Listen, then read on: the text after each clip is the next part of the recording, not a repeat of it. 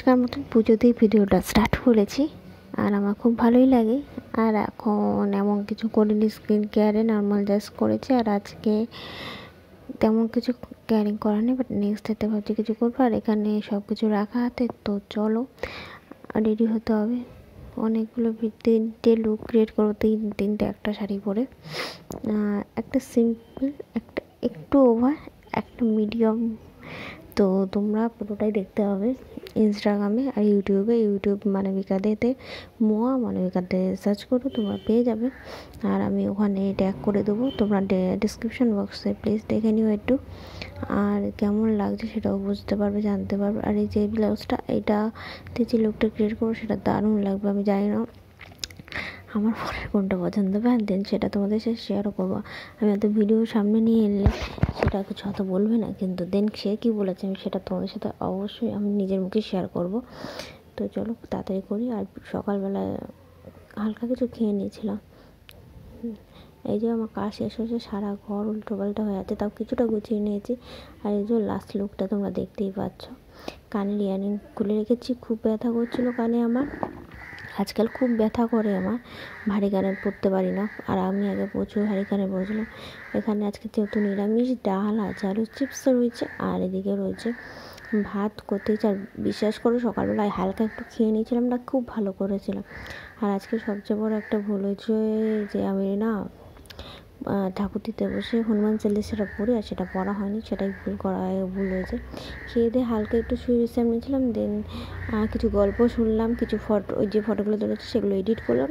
Video edit করা হয়নি, video এডিটটা পরে করবো। আর শরীরটা প্রচণ্ড খারাপ লাগছে, এতবার হাই তোলা মানে আমার শরীরে ডাউন হয়েছে স্বাভাবিকভাবে, সেটা আমি বুঝতেই পারি। আর কালকে দেখি আমার জামাটা একটু সেলাই করব, অনেকটাই বড় হয়েছে, আমি পরেছিলাম। তো সরস্বতী পুজোর দিন সকালবেলা তো আর পরবো না, সকালবেলা ইচ্ছা আছে নতুন একটা শাড়ি পরবো। নতুন বলতে পুরোই নতুন, শুধু একদিন আমার কাকি পরেছিল, ওটা বরণ করার জন্য আমি বাড়িতে সব শাড়ি দিয়ে এসেছিলাম যে কে কোনটা পরবে তার জন্য।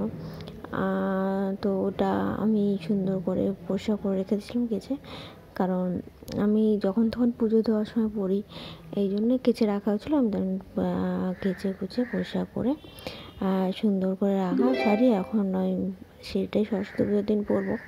কোনো হলুদ সাদা না, পুরো ডিফারেন্ট কালার, প্রচণ্ড হাই উঠছে সিরিয়াসলি।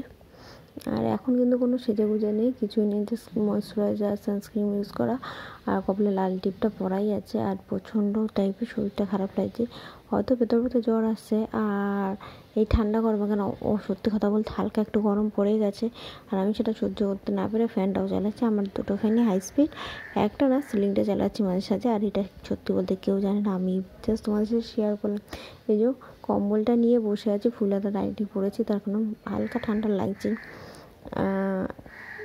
আর আজকে একটা সারপ্রাইজ জিনিস বানাতে দিয়েছি মা হওয়ার জন্য, ডিরেক্ট ওটা চলে যাবে মা হওয়ার কাছে। মা হওয়ার নামিং দেওয়া আছে, পেমেন্ট কমপ্লিট করেছে। এটা আমারই কাছে তৈরি হয় সব কাস্টমাইজ প্রোডাক্টগুলো, আমি জাস্ট কাস্টমার থেকে জিনিসগুলো নিয়ে তৈরি করতে দেওয়া হয়। আর সেম আমি ওটা তৈরি করতে দিয়েছি একটা স্টোনের ওপরে। যখন এটা চলে আসবে, যা মানে মামার কাছে চলে যাবে, তখন তোমাদের সাথে আমি পুরোটা শেয়ার করে দেবো। কখনো আমি এই জিনিস নিয়ে কথা বলি না, কারণ ওটা আমার আলাদা জায়গা, এটা আমার আলাদা জায়গা। দেন আমি ভাবলাম তোমার সাথে একবার শেয়ার করে দিতে পারি। তো চলো ভিডিওটা আমি এখানে শেষ করছি, বাবাই, তোমরা ভালো থেকো, সুস্থ।